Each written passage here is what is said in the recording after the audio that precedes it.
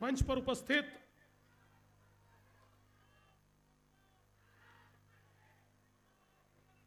तिब्बत के प्रधानमंत्री श्री लोब्संग सांगे, जिन्हें आदर्श मुख्यमंत्री का पुरस्कार क्यों दिया गया ये बताने की आवश्यकता ही नहीं है। जिनका कार्य बोलता है, जिनका काम बोलता है, जिनका विजन बोलता है, और देश में जिस प्रकार से मध्य प्रदेश को उन्होंने प्रस्तापित किया है, मैं ऐसा मानता हूं कि मेरे जैसे जो नए मुख्यमंत्री है, इनके लिए एक आदर्श मुख्यमंत्री के रूप में जिनको मैं देखता हूं, ऐसे मेरे बड़े भाई आदरणीय शिवराज सिंह चौहान जी, डॉक्टर रघुनाथ माशेलकर जी, डॉक्टर विजय भटकर जी, श्री अभय फिरोदिया जी, डॉक्टर विश्वनाथ कराड़ जी, श्री राहुल कराड़ जी, श्री शैलजाकांत मिश्रा जी, हमारे छात्र नेता स्मृति संधा, शाश्वत शुक्ल, मंचासीन सभी महानुभाव और यहाँ उपस्थित सभी बहनों और भाइयों, मैं आज सिंदखेड़ राजा गया था और वहाँ पर मैंने आई जिजाऊ को नमन किया और उनसे इतना ही आशीर्वाद मांगा कि जिस प्रकार से छत्रपति शिवाजी महाराज ने देश ही नहीं तो दुनिया में एक आदर्श राजा के रूप में काम किया, मैं तो छत्रपति शिवाजी महाराज के चरणों का सेवक हूँ और इसलिए उन्हीं के मार्ग पर चलने का आशीष माँ तू मुझे दे, ये आशीष मैं लेकर सीधा वहाँ से यहाँ आया।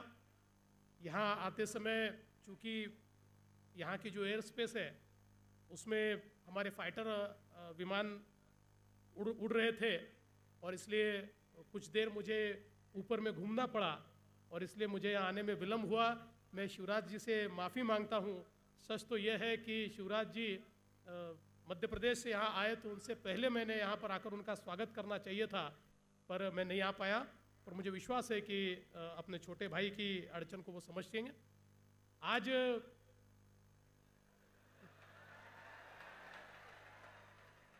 आज मैं नमन करना चाहता हूँ स्वामी विवेकानंद जी को। स्वामी विवेकानंद जी जिन्होंने सच में हमारे देश के युवाओं के सामने क्या चुनौतियां हैं, उन चुनौतियों को समझा और केवल चुनौतियों को समझा नहीं तो उन चुनौतियों से लड़कर इस देश को सर्वोच्च परमोच्च शिखर पर ले जाने का रास्ता स्वामी विवेकानंद जी ने हमको दिखाया और इसीलिए मैं स्वामी विवेकानंद जी को भी बहुत बहुत यहाँ पर नमन करता हूँ। दोस्तों, अभी अभी शिवराज जी बता रहे थे कि किस प्रकार से मध्य प्रदेश को उन्होंने बदला है और मैं ये मानता हूँ कि आज देश के अंदर एक बहुत ही स्वास्थ्य इस प्रकार की स्पर्धा, एक बहुत स्वस्थ स्पर्धा चालू हुई है अपने अपने राज्य को आगे ले जाने की। और मैं ये मानता हूँ कि एक प्रकार से राज्य में कार्य करते हुए आज शिवराज जी ये कार्य क्यों कर पाए, क्योंकि जिस समय एक मुख्यमंत्री काम करते समय मन में ये रखता है कि इस राज्य की जिम्मेदारी मुझे दी है, मैं राज्य का राजा नहीं हूँ, मैं राज्य का सेवक हूँ और इस राज्य की सेवा करना ये मेरी जिम्मेवारी है। और इस जिम्मेवारी के साथ जब व्यक्ति काम करना शुरू करता है तो फिर काम करने के लिए किसी का इंतजार नहीं करना पड़ता, फाइल किसी के लिए रोकनी नहीं पड़ती, कोई आए और हाथ मिलाए ये देखना नहीं पड़ता, सीधे फाइलें चल पड़ती है और काम आगे बढ़ता है। और मैं ये आपको आश्वस्त करना चाहता हूं कि जिस प्रकार से शिवराज जी ने मध्य प्रदेश को एक परिवर्तन दिया, एक अच्छे राज्य का दर्जा दिया और जिस प्रकार से मध्य प्रदेश को आज उन्होंने आदर्श राज्य के रूप में प्रस्तापित किया, विश्वास रखिए अब महाराष्ट्र भी पीछे नहीं रहेगा, महाराष्ट्र भी आगे जाएगा। शिवराज जी, मैंने पहला काम यही किया कि भ्रष्टाचारियों के साथ लड़ाई शुरू कर दी और पिछले हफ्ते महाराष्ट्र के जो सबसे महाभ्रष्ट 8 अधिकारी हैं उनकी संपत्ति जब्त करने की कार्रवाई शुरू कर दी। 200 करोड़ रुपए की संपत्ति जब्ती की कार्रवाई हमने शुरू कर दी है। मैं ऐसा मानता हूं कि आज देश के अंदर जिस प्रकार से मोदी जी की सरकार के आने के बाद एक प्रामाणिकता का वातावरण तैयार हुआ है, प्रामाणिकता के साथ हम राज्य को, देश को आगे ले जाने की कोशिश कर रहे हैं। मुझे विश्वास है इस प्रामाणिकता के साथ अगर हम प्रामाणिकता, विकास और विश्वास की राजनीति करेंगे तो देश पीछे रह नहीं सकता, ये देश आगे जाएगा और 2020 में इस देश को दुनिया का सिरमौर बनाने का जो सपना हमने देखा है उस सपने को हम पूरा कर पाएंगे। आज एक बहुत बड़ी चुनौती हमारे सामने है। आज हमारे पास युवा शक्ति बहुत बड़े पैमाने पर है। आज इस देश में एक डेमोग्राफिक डिविडेंड है। आज देश की 50% जनसंख्या 25 साल से नीचे है, 65% जनसंख्या 35 साल से नीचे है। पूरे तरीके से युवा शक्ति से कूट कूट कर भरा हुआ हमारा देश है, लेकिन केवल युवा शक्ति हमारे पास है, इसके भरोसे इस देश को हम आगे नहीं ले जा सकते जब तक इस युवा शक्ति को मानव संसाधन में हम परिवर्तित नहीं करते, जब तक इस युवा शक्ति को शिक्षा, प्रशिक्षा और रोजगार के आधार पर मानव संसाधन में हम विकसित नहीं करते, तब तक इस देश को जिस परमोच्च शिखर पर ले जाने का सपना हम देख रहे हैं वो सपना पूरा नहीं हो सकता। और इसलिए मैं ये मानता हूं कि आज देश के सामने सबसे बड़ी चुनौती अगर कोई होगी तो जो युवा शक्ति देश में है उस युवा शक्ति को एक राह दिखाने की, उसको शिक्षा देने की, उसको कौशल्य प्रशिक्षित करने की और उसको रोजगार देने की। मुझे विश्वास है कि इस देश की युवा शक्ति में वो ताकत है कि जिस ताकत के भरोसे इस देश को वो परिवर्तित कर सकती है। मैं एक ही चीज केवल यहां पर कहना चाहता हूं दोस्तों, स्वामी विवेकानंद जी का हम नाम लेते हैं और स्वामी विवेकानंद जी ने हमको राह दिखाई और स्वामी विवेकानंद जी ने हमें राष्ट्रभक्त बनने को कहा और राष्ट्रभक्ति की परिभाषा उन्होंने बताई। जिस समय मद्रास की यूनिवर्सिटी में स्वामी विवेकानंद जी गए और वहां पर भाषण करते समय स्वामी विवेकानंद जी ने वहां पर छात्रों को यह कहा कि क्या आप राष्ट्रभक्त हो, तो सारे छात्रों ने कहा हम राष्ट्रभक्त हैं। तो उन्होंने कहा अगर आप राष्ट्रभक्त हो तो आप क्या करते हो देश के लिए, तो कोई कुछ कह नहीं पाया। तब स्वामी जी ने उनसे कहा कि देश की स्वतंत्रता के लिए लड़ना यह तो राष्ट्रभक्ति है ही, सीमा पर देश को बचाने के लिए लड़ना यह भी राष्ट्रभक्ति है। लेकिन उसके साथ साथ उन्होंने कहा मैं राष्ट्रभक्ति की 3 सीढ़ियां आपको बताना चाहता हूं। उन्होंने कहा कि देश की जो अवस्था है, देश में जो गरीबी है, भूखमरी है, बीमारी है, अंधश्रद्धा है, जाति व्यवस्था है, समाज का एक व्यक्ति दूसरे व्यक्ति को प्रताड़ित करता है, क्या इस व्यवस्था को देखकर कभी आप द्रवित होते हो? और स्वामी जी ने कहा कभी आप द्रवित होते हो, रात को सो नहीं पाते, अचानक उठ जाते हो और देश की तस्वीर देखकर आपकी आंखों में आंसू आते हैं। तो उन्होंने कहा देशभक्ति की पहली सीढ़ी आपने पार कर दी। फिर उन्होंने कहा कि केवल द्रवित होकर नहीं चलेगा, देश की अवस्था को देखकर रात में आपको नींद नहीं आती और रात में कभी आप जागते हो और जागकर कहते हो कि नहीं देश की अवस्था को बदलना चाहिए और देश की अवस्था को बदलने का काम मैं करूंगा। देश की अवस्था को बदलने का विचार आपके मन में आता है, इस परिस्थिति को बदलने का विचार आपके मन में आता है।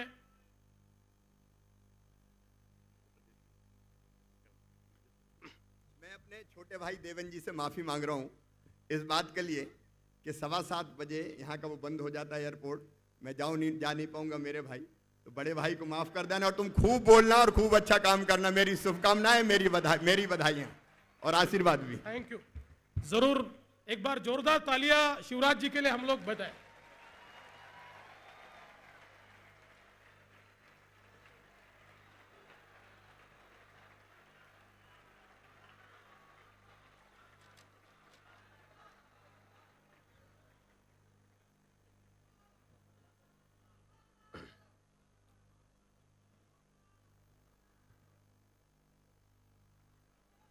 सभी भांजे भांजियों को मामा वापस मिलने आएंगे, चिंता मत करो, हम वापस बुलाएंगे। और स्वामी जी ने यह कहा कि आप अचानक उठ जाते हो और आपका मन द्रवित होता है और आपको यह लगता है कि इस परिस्थिति को बदलने की कोई योजना बनानी चाहिए, मैं इस परिस्थिति को बदलना चाहता हूं। अगर आपके मन में यह आता है कि मैं कुछ करना चाहता हूं तो आप देशभक्ति की दूसरी सीढ़ी चढ़ गए। और स्वामी जी ने यह कहा कि जिस समय आपके मन में ये भावना आती है कि मेरे देश की दरिद्रता, मेरे देश की अंधश्रद्धा, मेरे देश की भूखमरी, मेरे देश की बीमारी, मेरे देश की जाति व्यवस्था को बदलने का की आवश्यकता है, आपको लगता है कि मैं कुछ करना चाहता हूं, आप कोई कार्य योजना बनाते हैं, और कितनी भी छोटी योजना क्यों न हो, जिस समय देश को परिवर्तित करने के लिए छोटा से छोटा काम आप हाथ में लेते हो, उस समय सही मायनों में आप देशभक्त बनते हो। मैं ऐसा मानता हूं आज इस प्रकार के देशभक्ति की आवश्यकता है। सीमा पर लड़ने वाले हमारे जवान मुस्तैदी से सीमा पर तैनात हैं और बड़ी हिम्मत के साथ सीमाओं को संभाल रहे हैं। देश में स्वराज्य मिल चुका है, स्वराज्य मिलने की आवश्यकता नहीं है, लेकिन आज आवश्यकता किस बात की है? देश में स्वराज्य तो मिला है लेकिन सुराज्य नहीं मिला। देश में शासन तो आया है लेकिन सुशासन नहीं आया, और इसलिए इस सुराज्य को और इस सुशासन को लाने के लिए मैं कुछ न कुछ करूंगा, मैं कोई ना कोई व्यवस्था में परिवर्तन करने की कोशिश करूंगा। ये विश्वास जिस समय हमारे मन में जागेगा, उस समय सही मायने में हम लोग राष्ट्रभक्त कहलाएंगे। स्वामी विवेकानंद जी हमेशा ये कहते थे कि जिसको कोई ध्येय नहीं है, ऐसा व्यक्ति केवल चलती फिरती लाश है, वो आदमी नहीं हो सकता। वो आदमी नहीं है, वो चलती फिरती लाश है। और इसलिए हर व्यक्ति को कोई ना कोई ध्येय होना चाहिए। लेकिन स्वामी विवेकानंद ये भी कहते थे कि हमारा ध्येय क्या है, ये भी हमें समझना चाहिए। मुझे इंजीनियर बनना है, डॉक्टर बनना है, पॉलिटिशियन बनना है, लॉयर बनना है, ये ध्येय नहीं हो सकता। ये ध्येय कभी भी नहीं हो सकता। ध्येय ये हो सकता है कि मैं इंजीनियर बनूंगा, उसके बाद देश की सेवा में मैं क्या करूंगा, एक सामान्य व्यक्ति के जीवन में क्या परिवर्तन करूंगा।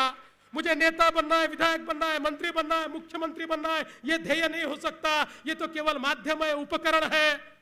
जिस समय ये हमको लगेगा कि मैं मुख्यमंत्री इसलिए बनना चाहता हूं कि मेरे राज्य में बसने वाले 11 करोड़ 20 लाख लोगों के जीवन में मुझे परिवर्तन करना है और उसके लिए मैं मुख्यमंत्री बनना चाहता हूं, तब ध्येय से प्रेरित होकर आप काम करते हो।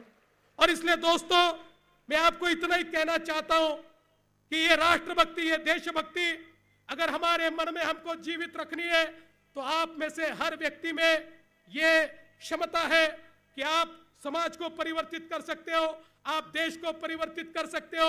और समाज और देश को अगर परिवर्तित करना है तो उसके लिए हमको भी हमारा ध्येय स्थापित करना पड़ेगा।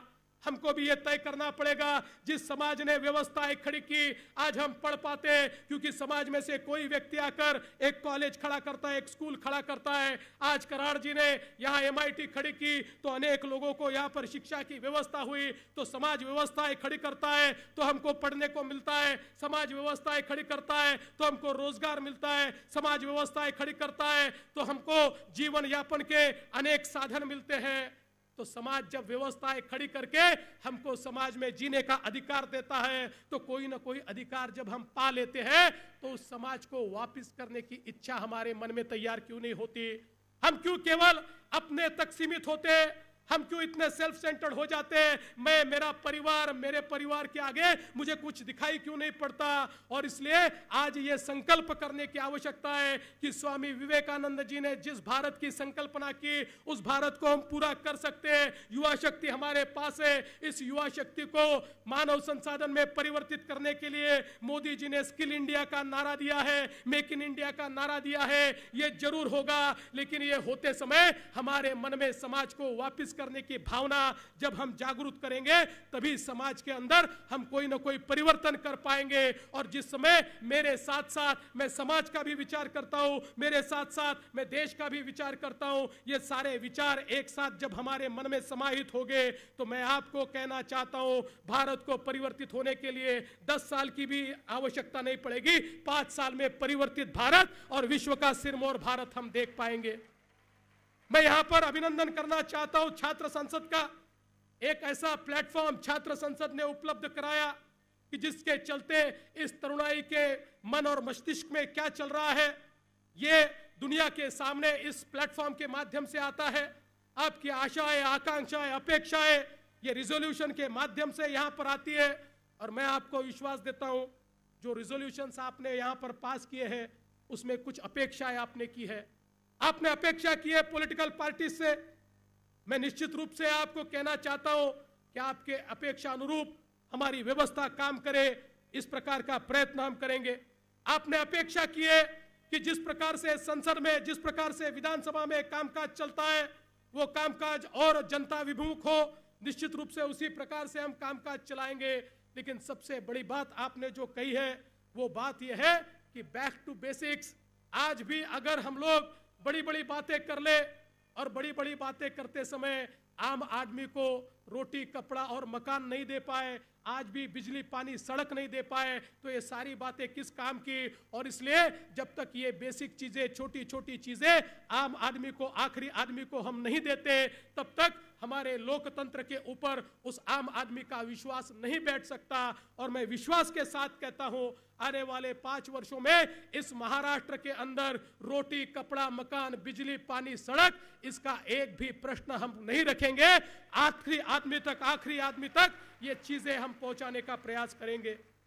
मैं आपको आज इस माध्यम से इतना ही कहना चाहता हूं कि एक प्रकार से आप लोगों ने संकल्प किया है, लेकिन क्या केवल रिजोल्यूशन करके हम लोग अपने कार्यभार से मुक्त हो सकते हैं? देखिए, ये जो हमारी डेमोक्रेसी है, हमारा लोकतंत्र है, ये लोकतंत्र पार्टिसिपेटरी प्रोसेस है। लोकतंत्र में कुछ लोगों को हमने जिम्मेदारी दे दी, अब वो करते रहे और नहीं करे तो हम उनको गाली देंगे, इसके भरोसे नहीं होता। आज मोदी जी ने जब नारा दिया स्वच्छ भारत का, तो एक बात मोदी जी ने कही, मोदी जी ने यह कहा कि स्वच्छ भारत अगर हमको करना है तो हमारे हर भारतीय को अगर ये लगता है कि कुछ कर्मचारी सफाई करते रहेंगे और 125 करोड़ भारतीय कचरा करते रहेंगे, कूड़ा करते रहेंगे, तो भारत कभी साफ नहीं हो सकता। अगर स्वच्छ भारत करना है तो इन कर्मचारियों के साथ साथ हर भारतीय को भी उसमें सहभागी होना पड़ेगा। लोकतंत्र ये सहभागिता की प्रोसेस है, ये पार्टिसिपेटरी प्रोसेस है। और लोकतंत्र के अंदर हमारा जो पार्टिसिपेशन है केवल मतदान के आधार पर नहीं, तो मतदान के आधार पर तो हम सरकारें चुनते हैं, लेकिन सरकारी जो कार्यक्रम है वो कार्यक्रम ठीक से लागू होते हैं या नहीं होते, ये देखना भी हमारी जिम्मेदारी है। अगर नहीं होते तो उसकी शिकायत करना भी हमारी जिम्मेदारी है।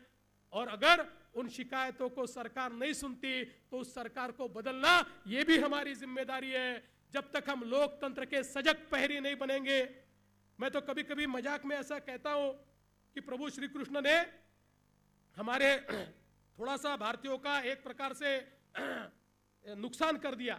मैं मजाक में कहता हूं, उसको यथार्थ में मत लीजिए। क्या कहा प्रभु श्री कृष्ण ने?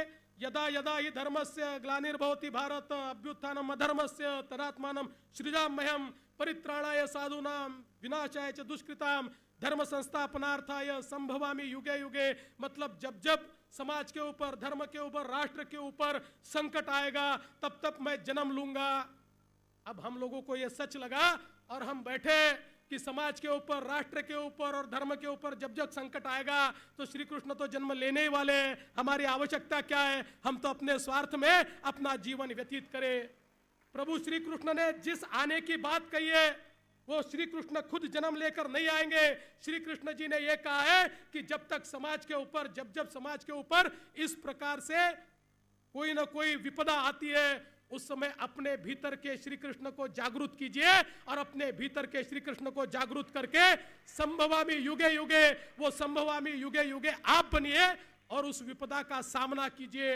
और इसलिए मैं आपसे इतना ही निवेदन करता हूं कि देश की हालत को बदलने की शक्ति आप में, ताकत आप में, विश्वास आप में, उस विश्वास के साथ आप सभी लोग अगर खड़े हो जाएंगे तो मैं ये मानता हूं कि इस देश को कोई भी पीछे नहीं ले जा सकता। मैं महाराष्ट्र का मुख्यमंत्री इस नाते आपको इतना ही कहना चाहता हूं, मैं भी युवा हूं और युवाओं के भावनाओं को समझता हूं, युवाओं की भावनाओं को जानता हूं। और इसलिए इस महाराष्ट्र के अंदर आने वाले दिनों में मुझे उन्होंने पूछा है कि प्रश्न उत्तर भी हो सकते हैं क्या? इसका मतलब भाषण जरा कम करो और प्रश्न ज्यादा भी। और इसलिए मैं आपको इतना ही विश्वास दिलाता हूं, देश बदलेगा, महाराष्ट्र बदलेगा। आज महाराष्ट्र में हमने मेक इन महाराष्ट्र की शुरुआत की है और मेक इन महाराष्ट्र की शुरुआत करने के बाद सबसे पहला काम क्या किया? Ease in doing business. इस महाराष्ट्र में अगर आप एक इंडस्ट्री लगाना चाहते हो तो 76 परमिशन लेनी पड़ती है MIDC के अंदर और उससे ज्यादा परमिशन लेनी पड़ती है बाहर। मैंने कहा इतनी परमिशन की आवश्यकता क्या है? मैंने सारे अधिकारियों को बुलाया और कहा ये 76 परमिशन क्यों है भाई, इसको 25% पर लाओ। और अब सीधा उसको हम 25 परमिशन पर ला रहे हैं, सिंगल IT प्लेटफॉर्म पर ला रहे हैं। और एक व्यक्ति जिस समय अप्लाई करेगा 1 महीने के भीतर ये सारी परमिशंस उसको मिलेगी। आज ये अवस्था है, महाराष्ट्र में जो इंडस्ट्री लगाना चाहता है 3 साल तक उसको परमिशन ही नहीं मिलती। हम इस प्रकार की व्यवस्था तैयार कर रहे हैं कि उसको 1 महीने से लेकर 3 महीने में सारी परमिशंस मिलेगी। और अगर परमिशंस मिलेगी, यहाँ का गवर्नेंस सुधरेगा तो महाराष्ट्र जैसा तो दूसरा कोई राज्य नहीं है। यहाँ का गवर्नेंस अगर ठीक होगा तो दुनिया के सारी इंडस्ट्री इस महाराष्ट्र में आएगी और महाराष्ट्र के लोगों को निश्चित रूप से रोजगार मिलेगा। आज खेती के लिए हमारे शिवराज जी ने कहा, जिस प्रकार से आज हमारे किसानों की अवस्था है, मैं ऐसा मानता हूं राज्यकर्ता के रूप में ये मेरे लिए सबसे शर्म की बात अगर कोई होगी तो आज भी महाराष्ट्र में किसान को आत्महत्या करनी पड़ती है। इससे बड़ी शर्म की बात राज्यकर्ताओं के लिए कोई नहीं हो सकती। लेकिन ये किसान आत्महत्या क्यों करता है?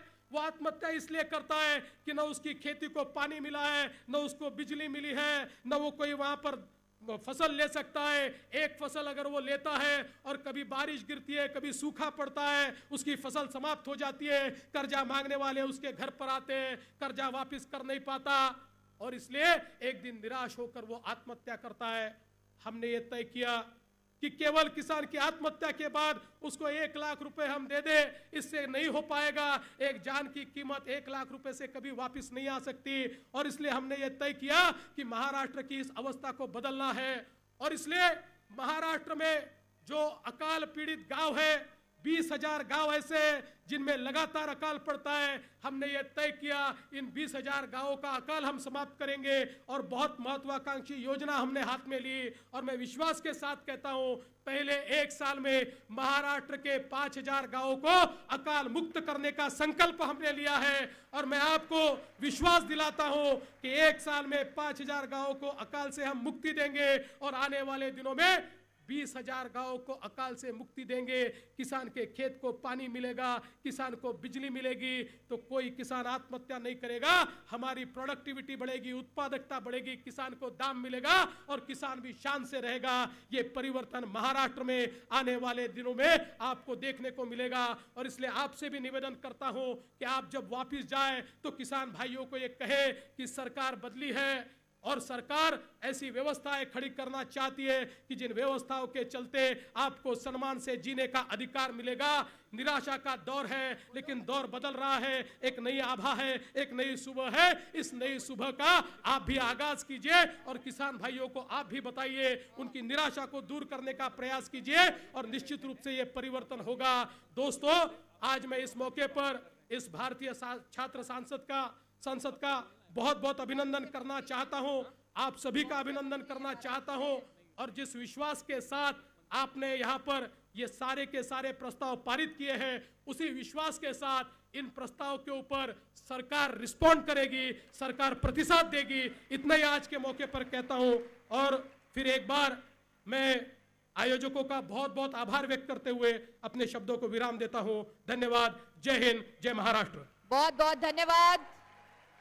और अब आपके सवालों का वक्त है और सवालों से पहले हम आपको बताना चाहेंगे कि यहाँ भारतीय छात्र संसद में तमाम श्रोताओं के साथ गिरीश बापट जी और माननीय दिलीप कांबले जी भी मौजूद हैं।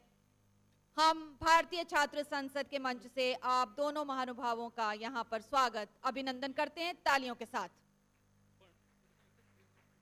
पहला सवाल पोडियम नंबर 1 से left hand side Vishnu Gupta अपना सवाल पूछेंगे। विष्णु गुप्ता नागपुर से आते हैं, सवाल पूछेंगे पोडियम नंबर 1 से।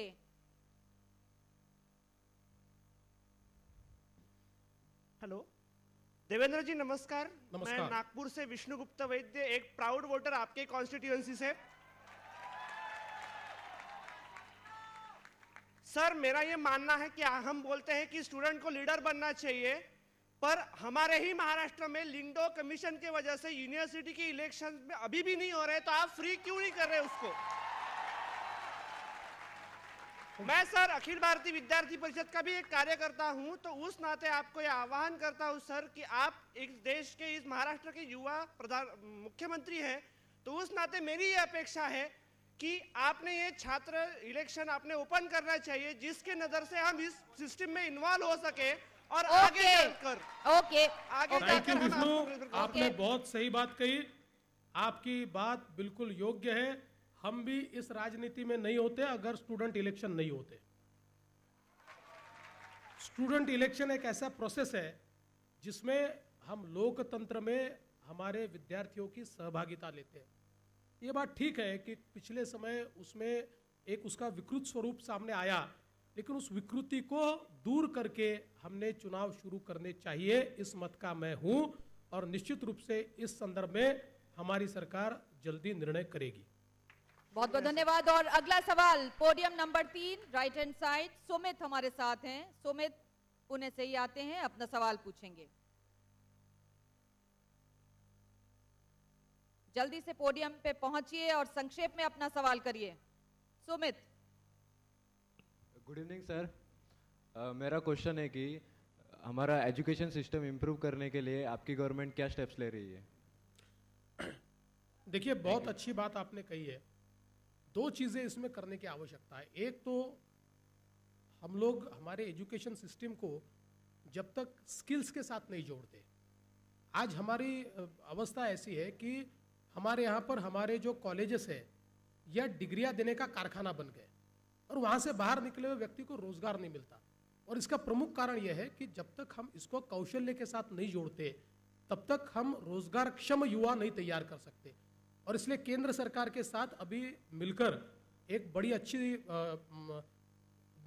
स्कीम हम लोगों ने तैयार की है, जिसमें हम लोग एक क्रेडिट सिस्टम शुरू करना चाहते हैं कि जिसके चलते फॉर्मल एजुकेशन से व्यक्ति स्किल्स भी एक्वायर कर सकता है और जो एजुकेशन के बाहर है वो भी स्किल्स एक्वायर कर सकता है, वो एजुकेशन सिस्टम में भी वापस आ सकता है। इस प्रकार की एक व्यवस्था हम खड़ी कर रहे हैं। लेकिन इतना ही कर हम लोग नहीं रुकेंगे। तो एक एक्रीडिशन की जो हमारी प्रोसेस है, उस प्रोसेस में अभी हमारी यूनिवर्सिटीज एक्रीडिशन कर रही है, लेकिन केवल यूनिवर्सिटीज का एक्रीडिशन करके नहीं चलेगा, हमको इंडिविजुअल कॉलेजेस तक एक्रीडिशन करना पड़ेगा। जब तक हम लोग ये गुणवत्ता जो है ये कॉलेज लेवल तक नहीं ले जाते, तब तक मुझे ऐसा लगता है कि ये क्वालिटी हम सुधार नहीं पाएंगे। तो ये भी व्यवस्था हम करने वाले हैं। और उससे ज़्यादा महत्व की बात यह है कि जब तक हम कॉलेजेस को ऑटोनॉमी नहीं देंगे, आज ये होता है कि ऑटोनॉमी देने के लिए यूनिवर्सिटीज़ में एक रिजिडिटी मुझे दिखाई पड़ती है। और इसलिए मैंने राज्यपाल जी से, चूंकि वो चांसलर है, उनसे भी मेरी बातचीत हुई है और हम ये चाहते हैं कि हम लोग ऐसे लेजिस्लेशंस लाए कि जिसके चलते ऑटोनॉमी, और उसमें ऑटोनॉमी देना इसका मतलब केवल स्वायत्तता देना ऐसा नहीं है, तो उसके साथ साथ एक क्वालिटी भी हमको इंश्योर करनी पड़ेगी। और आज यहाँ पर माशेलकर जी है, भटकर जी है, माशेलकर जी ने भी इस संदर्भ में कई चीज़ें हमको कही हुई है। तो ये सारी चीज़ों का परामर्श लेते हुए क्वालिटी एजुकेशन हम कैसे दे पाए, इसके संदर्भ में कई निर्णय हम लोग लेने वाले हैं और आने वाले दिनों में वो निर्णय आपके सामने आएंगे। मैं भी ये मानता हूँ कि एजुकेशन की क्वालिटी जब तक हम नहीं सुधारेंगे तब तक मानव संसाधन तैयार नहीं कर पाएंगे। अगला सवाल पोडियम नंबर 1 से तम्हाने हमारे साथ हैं, जुन्नार से अपना सवाल पूछेंगे। छोटा सवाल पूछिए, छोटा जवाब। तम्हाने पोडियम नंबर 1 जुन्नार से आते हैं। Good evening, sir. I come from the birthplace of the great Chhatrapati Shivaji Maharaj, Junnar. My question is, जो किसान हर पूरे जग को अन्नदाता कहलाता है, वो किसान विदर्भ में आज भी आत्महत्या करता है। अगर आप as a CM, what are the preventive measures you taken to prevent suicide of farmers in Vidarbha? देखिए, अगर हम किसानों की आत्महत्या के बारे में विचार करेंगे तो दो चीज़ें करना बहुत आवश्यक है। पहली चीज़ ये है कि हम लोग किसानों को मॉइस्चर सिक्योरिटी दें। आज जहां आत्महत्या हो रही है उस इलाके को आप देखेंगे तो सबसे कम सिंचाई की व्यवस्था वहां पर है। और प्राइम मिनिस्टर 2006 में जब हमारे यहाँ उस आत्महत्याग्रस्त इलाके में आए तो उन्होंने कुछ मेजर्स हमको बताए। एक प्लानिंग कमीशन की टीम आई थी और उसने क्या क्या करना चाहिए सारी चीज़ें वहाँ पर बताई। दुर्दैव से सारे पैकेजेस घोषित हुए, लेकिन उनमें से एक भी पैकेज इंप्लीमेंट नहीं हो पाया। हम लोगों को 2 साल में इन सारे इलाकों में 84,000 कुएं खोदने थे। हम 2006 से लेकर 2014 तक केवल 22,000 कुएं खोद पाए। और वहाँ पर सिंचाई की व्यवस्था भी हमने नहीं की। कुएं भी हम नहीं दे पाए, बिजली के कनेक्शन भी हम नहीं दे पाए। अब हमने ये तय किया है कि इस महाराष्ट्र के अंदर हम 5 लाख सोलर पंप देने वाले हैं।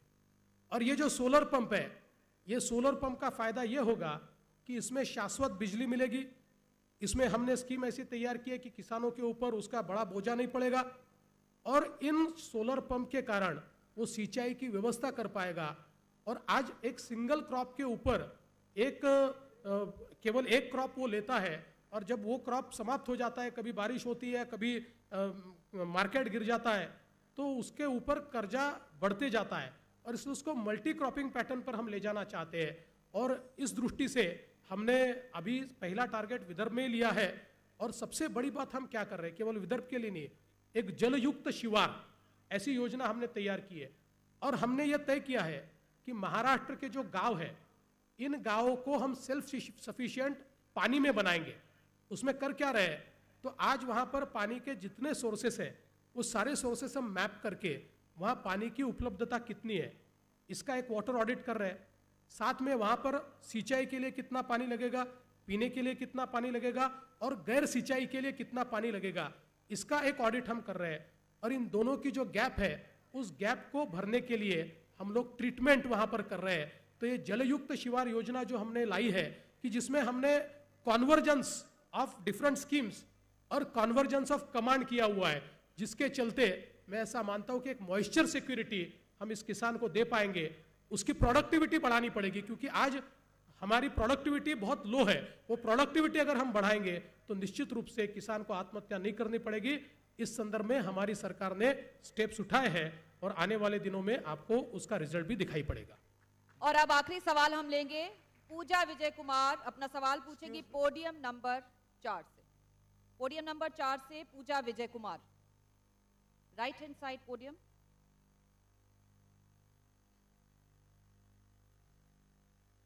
हेलो, नमस्कार sir, this is Sumit, podium number 3, which like confusion में वहाँ पे क्वेश्चन पूछा गया। Okay. My question for you was, what does Maharashtra government has planned in sports for the youth for next 5 years? It's a very good question. In fact, the government of Maharashtra, earlier government, enacted a policy, sports policy. We were part of it, and we pursued the government that it should come out with the policy. Unfortunately, the policy was announced but never implemented. Now we are creating a mechanism in which this policy will be not only announced but implemented in letter and spirit. And in the policy, we have given several options wherein a sports person would be rewarded, would be benefited, and to acquire sports as a career. Because right now, our students cannot acquire sports as a career because it does not give him employment. There are so many problems that at 10th or at 12th, he has to leave the sports because his parents say that if you pursue the sports and if you don't pursue the studies, then ultimately you will gain nothing in your life. So a beautiful policy has been made. It needs to be implemented. We are implementing it, and also we are allocating a budget to it so that it can be implemented.